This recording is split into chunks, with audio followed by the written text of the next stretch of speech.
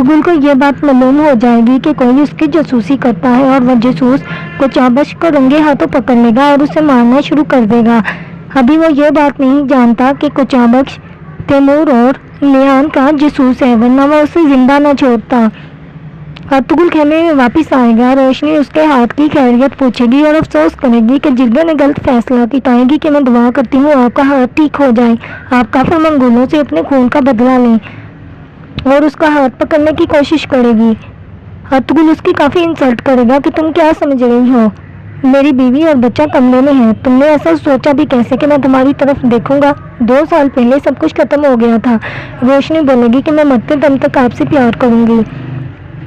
اسی ٹائم وہاں حائمہ خاتون اور حلیمہ آ جائیں گی۔ ارطغرل اپنے کمرے میں چلا جائے گا اور روشنی شرمندہ ہو کر وہاں سے چلی جائے گی۔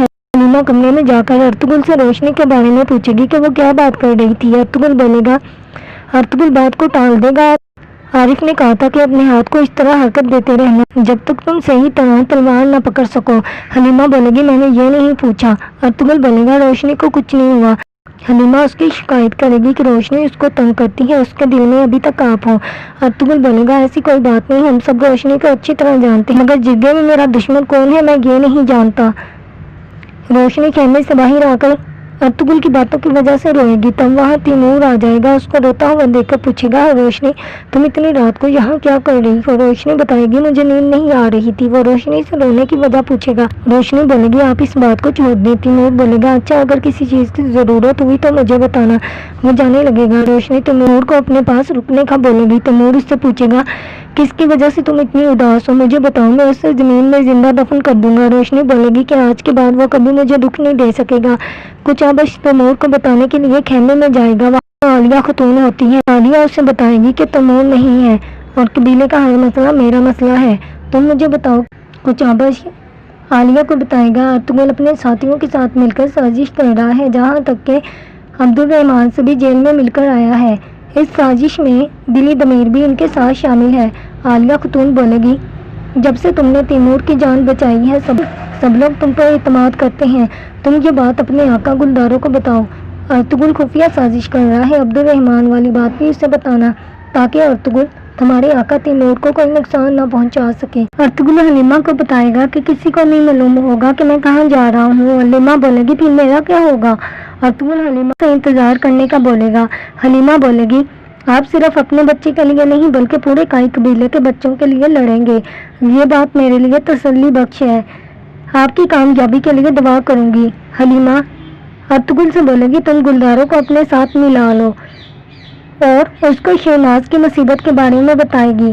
ارطغرل بولے گا ٹھیک ہے، میں آخری بار گلداروں سے بات کروں گا۔ وہ قبیلے میں واپس جانے کی تیاری کر رہا ہوتا ہے جب نیان کا ساتھی بولے گا آپ اس کو اس طرح کیسے جانے دے سکتے ہیں؟ نیان بولے گا کہ وہ جا کر دیکھنا چاہتا ہے، میں اس پر کتنا یقین کرتا ہوں، اگر اس نے کوئی چالاکی کی تو اگر وہ جانے کے بعد واپس نہ آیا تو؟ نیان بولے گا تو پھر وہ مرے گا۔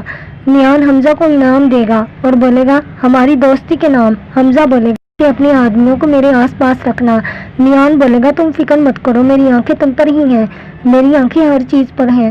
ایسا بول کر حمزہ وہاں سے چلا جائے گا۔ اس کے جانے کے بعد نیان اپنے ساتھی تنگوٹ کو بولے گا اگر بڑی مچھلی پکڑنی ہو تو چھوٹی مچھلی کو قابو میں کرنا پڑتا ہے۔ روشنی کھانا بنانے آئے گی، اس کی بہن شہناز اس سے پوچھے گی کیا بات ہے، تم اتنی صبح صبح یہاں کیسے؟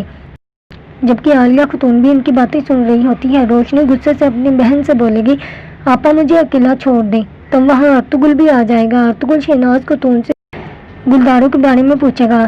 شہناز خاتون ارطغرل کو بتائے گی کہ کوئی کارواں آنے والا تھا اور گلداروں ان سے بات چیت کرنے گیا ہے۔ ارطغرل غصے سے روشنی کی طرف دیکھے گا، وہاں سے چلا جائے گا۔ اس کے جانے کے بعد شہناز خاتون اپنی بہن روشنی سے پوچھے گی کیا بات ہے، ارطغرل سے تمہاری کوئی بات ہوئی تھی؟ روشنی بنا جواب دیے وہاں سے چلی جائے گی۔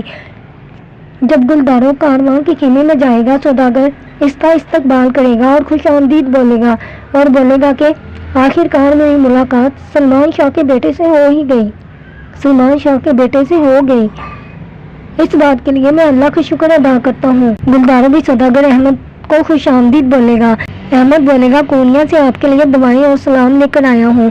گلداروں سوداگر احمد کو اپنے ماموں اور امی کی طرف سے سلام بولے گا۔ سوداگر احمد